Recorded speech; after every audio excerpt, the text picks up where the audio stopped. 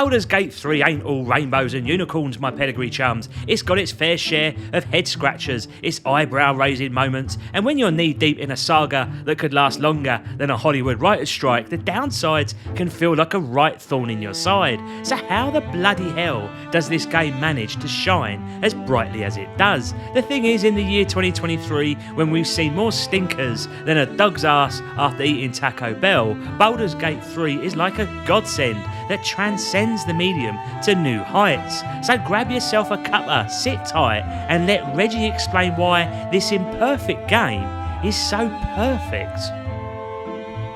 First of all, let me give you a heads up that this review's going to be spoiler free, so no need to worry about Reggie spilling the beans on the whole shebang. This is in fact Reggie's first dip into the old Dungeons and Dragons type game, and it's also my first spin with a Baldur's Gate gig. Gotta be honest, when I had a gander at the screenshots, I thought that there looks boring as shite. The UI looked like it had more work done to it than Madonna's face, and the idea of diving into a game with as many cutscenes as a Kojima epic was enough to induce a brain hemorrhage. But if that sounds like you two, don't be a twat like Reggie and turn this away, because Baldur's Gate 3 might just be the best thing that's happened in gaming in the last decade. It's that good that I almost feel sorry for Starfield, because Baldur's Gate 3's already got its game face on for Game of the Year. It's a real head scratcher to pinpoint just one reason as to why Baldur's Gate 3 is such a stunner, but if Reggie was to take a swing at it, it's the mind-bending freedom it hands you.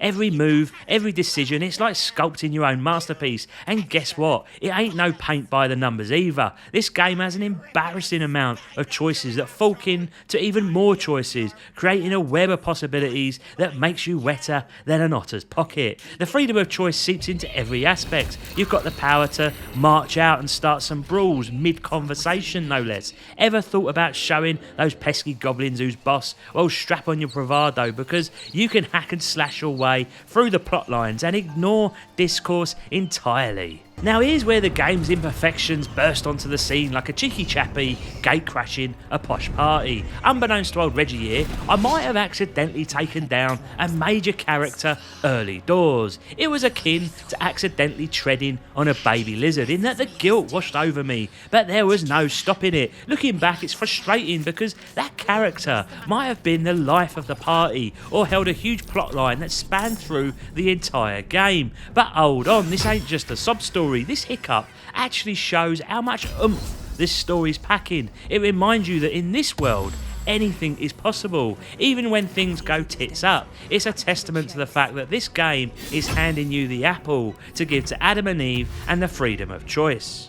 Now your grand adventure sets sail in the character creation screen, and it's like stepping into a Pornhub creator. I must have invested an hour conjuring up my own Reggietta, and just like Cyberspunk, you can tinker with your genitalia to your heart's content. I crafted my Reggietta in my own image, where she too had no to shout home about. Now jokes aside, it does get on my tits when a game puts in mature themes such as a dong or some beef curtains, and the trade press go shit themselves silly all about it. It's okay for movies to have nudity, but shit a brick, the world is ending if done in a video game. Just grow up, you bloody losers.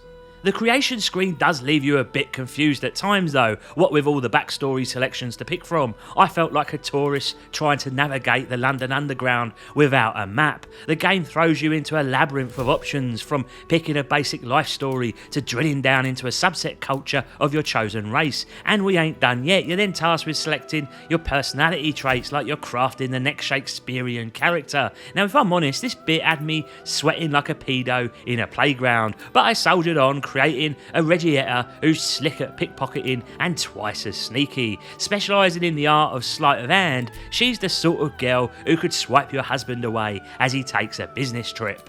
And guess what? This ain't just for show. Those traits you craft will come back to haunt or hug you in conversations. Imagine picking a paladin as your class. In dialogue, you might get a selection that is only relevant to that class. Same goes if you're a smooth talker with a load of charisma. And wonderfully, you can switch things up later in the game with the ease of a cheeky fee, courtesy of a character you'll jump into later on. So don't fret, experiment away, because you're never really locked down into your choices. The The opening act kicks off with a bang and slaps you with an interesting setup. Some critter called a mind flayer dumps a parasite into your noggin. That's like your personal puppet master. But as you progress, it will bring up some interesting choices. The opening cutscene's a piece of art for sure and is beautifully well done, but I swear it ain't cruising at a smooth 60 frames per second, and it's not at 4K, which is a shame based on the artist's vision here.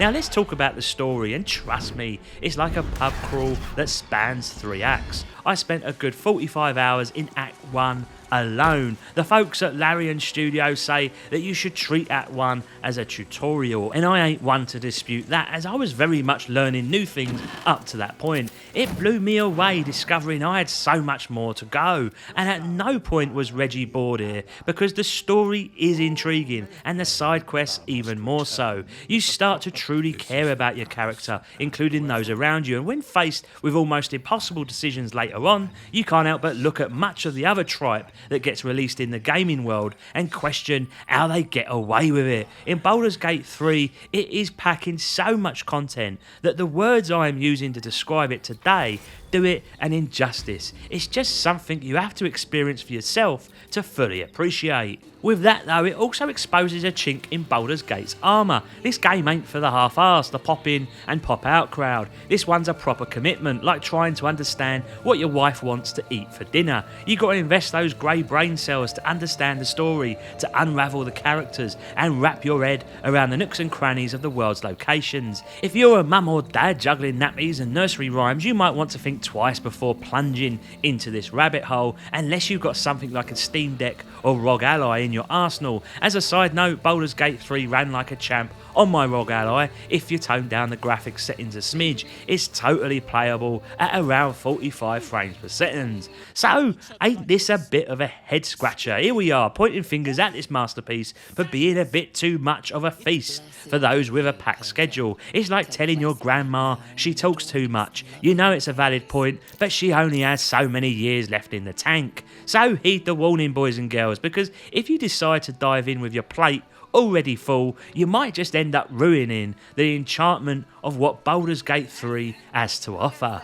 Now, learning the gameplay is like figuring out how to set up your own racketeering scheme whilst avoiding the coppers. It'll take a fair bit of effort, and Reggie spent a solid 20 hours trying to work it all out. See, on the surface, it's a point and click adventure, but when you run into some troublemakers, the game, it flips the script and plonks you into a turn-based battle. What's more, there is a love-hate relationship with a core aspect of the game, and that is around the dice throws. See, everything here is related to a random number in how you achieve success. Case in point, you come across a trap and want to disarm it. When you go over and do that selection, the game will present you a number out of 20, and you must roll the same or higher than said number to succeed. Now, it's totally random here, but you can increase your odds with buffs or with special skills. So my sleight of hand trait that I selected in the character creation screen earlier, that gave me an extra 2 points to whatever I rolled. And as you can see in this video, I have quite a few skills stacked,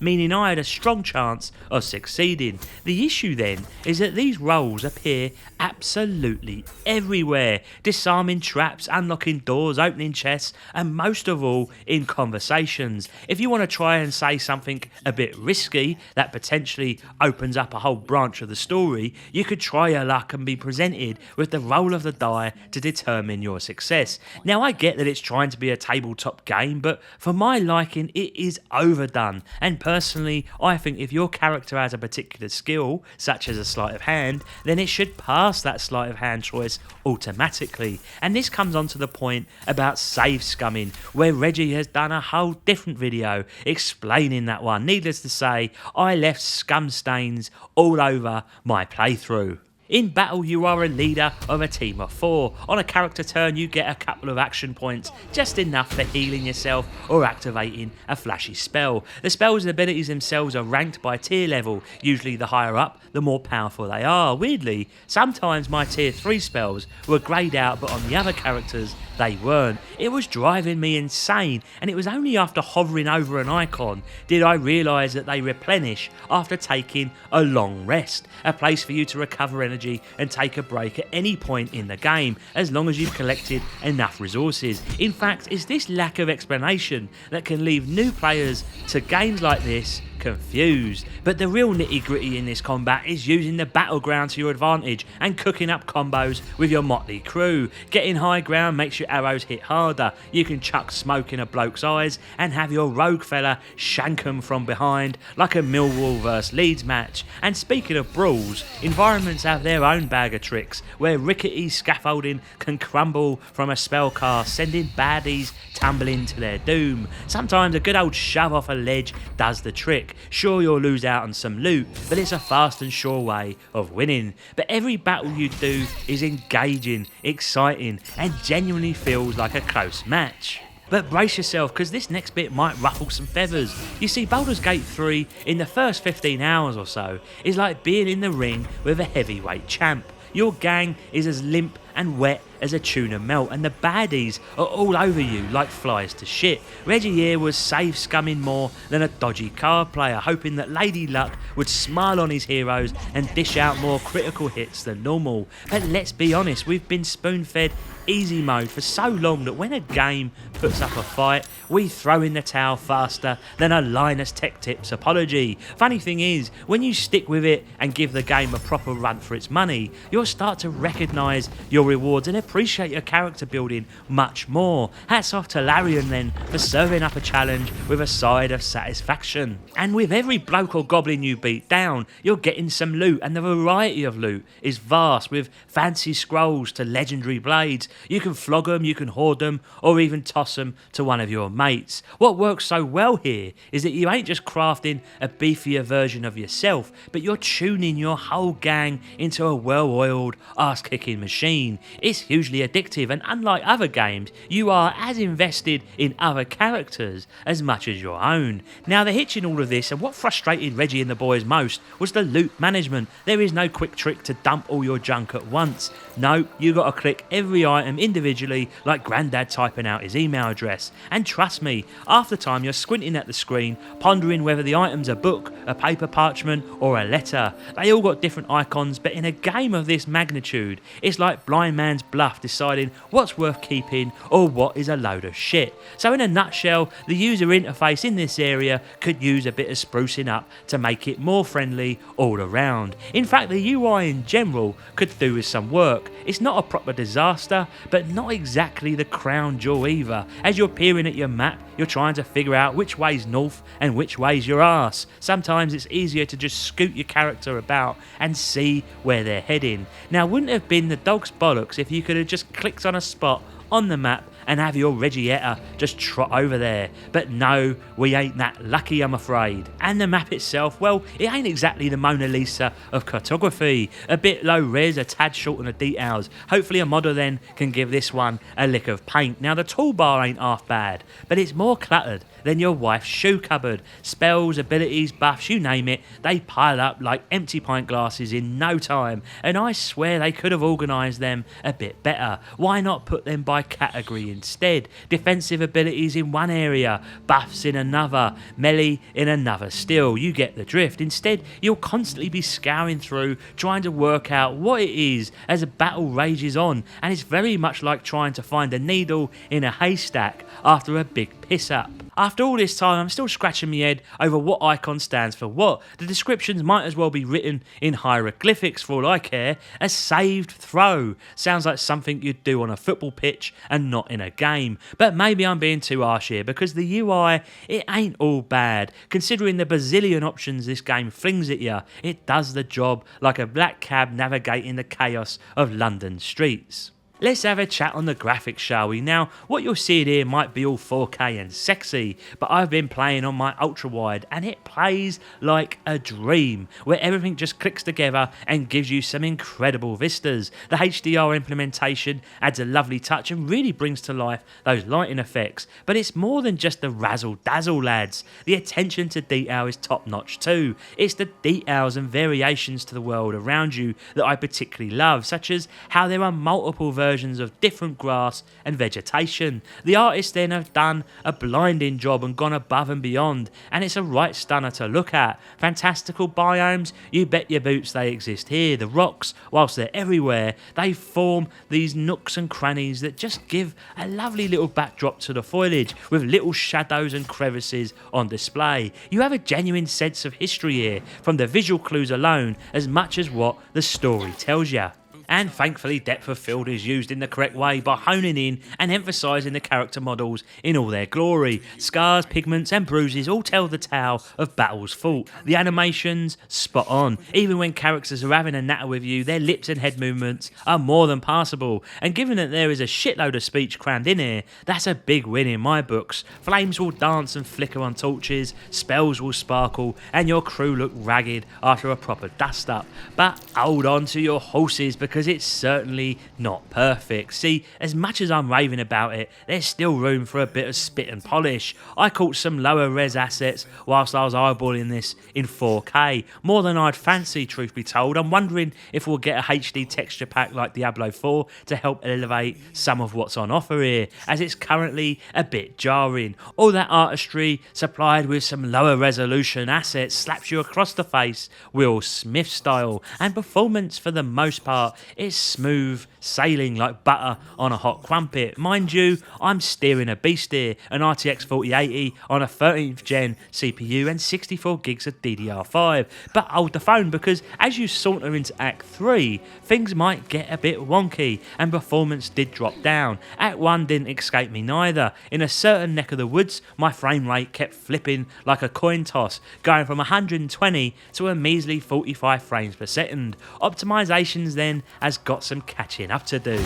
But here's the thorn in my side, the camera. I get it, they're aiming for that tabletop vibe, but come on, give us a bit more elbow room here. I wanted to zoom out proper so I could point and click my character to move up to some high ground. Instead, it's like wrangling sheep, one slow click at a time, as the camera can only zoom so far. And don't get me started on the times the camera got stuck behind a bloody rock. Clicking your character avatar picture sorts it out, but it's like a wasp buzzing around your pint, giving you just enough grief to be noticeable. And the bugs raise their head too. I lost my boots at one point, Reggie was hoofing it barefoot like a hippie, and I've no idea where they suddenly disappeared to. And just now, while I'm typing this review out, a bloody hotfix has thrown my save file to a write state, meaning I can't play until they redeploy it tomorrow. That little cock up of theirs has cost me 2 wanks already. Overall then, this world is a masterpiece, but the tech side is a bit wobbly in places. Fingers crossed for you console lot, you'll get a shinier, more complete package when it drops for you. Sound design is the heart and soul of a game, especially on a fantasy gig like this, and Baldur's Gate 3 gets it right, no two ways about it. Let's start with the music then. It's like a symphony caressing your eardrums, giving you constant eargasms each time you play. It ebbs and flows, matching the scene like a fine wine with steak. There's this one tune, can't tell you the proper name, something river, but it's like a chameleon. I've heard that same tune during the character creation screen.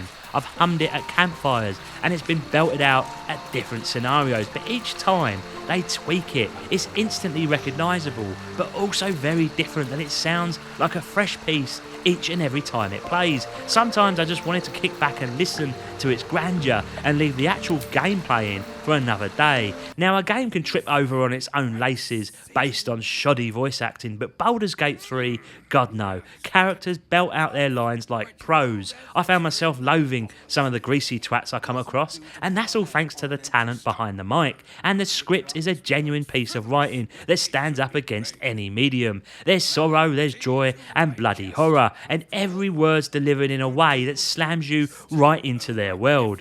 Sound effects are a treat too, especially when it comes to the ambient effects. Rivers babble, birds twitter, and you can hear those rowdy goblins raising a ruckus in the distance as if drunk outside a boozer. Even your own footsteps sound proper. Metal clinks and clunks against your chest as you stroll about the gaff. Combat, you hear swords clash and spells get hurled with a dash of bravado. Now, the Cockney Gamer is a great believer in sound in-game, and we always comment on it, even if there is little to say about it, as it's such a fundamental part of immersion. So it blows me away that bigwig game sites like PC Gamer have given Baldur's Gate 3 a 97 out of 100, blabbing on how they've played it for 160 hours, and yet their review doesn't have one single sentence dedicated to sound. It's like they've gone deaf or something. Eurogamer, another one of the big guns, no word about the sound either. Games Radar and Big Dog Kotoku, they're guilty of it too, and never once mentioned the sheer beauty of it all. Now, I'm no gaming prophet, but it winds me up how sounds often kick to the curb, and in a game like Baldur's Gate 3, take my word for it, the sound is a stunning showpiece of the medium that we all love, and without it, this game receives a much lower reception, but in its masterful implementation, it immerses and draws you into their fantasy world. So let's wrap this one up, and after hearing me rabbit on for the last 10 minutes, you might reckon this game's only worth a 7 or 8 score, like it's a bit rough around the edges compared to other big shots like Tears of Kingdom, but no, not at all, because what this game gets right, it does with such style, such pizzazz and such grandeur that it outweighs so much of the critique that I can throw at it. Because what we got here is a game for the ages, a game that will be looked upon fondly when your kids get older and wonder what all the fuss was about. It's not perfect, and I won't turn a blind eye to those issues, but it's like watching fireworks on a cold, brisk night. You're simply too dazzled to care about getting yourself in the warmth, and this comes from a harsh critic. Lately, I've seen our beloved hobby take a battering, with corporate greed and lazy ports getting way too cosy in our industry, but Baldur's Gate 3 has thrown petrol on my gaming fire. It's reminded me why we love our hobby so much, and fundamentally, if you have any interest in video games at all, missing out on this imperfect masterpiece would be a crime that even Reggie himself wouldn't commit. Until next time, my lovelies, Reggie out.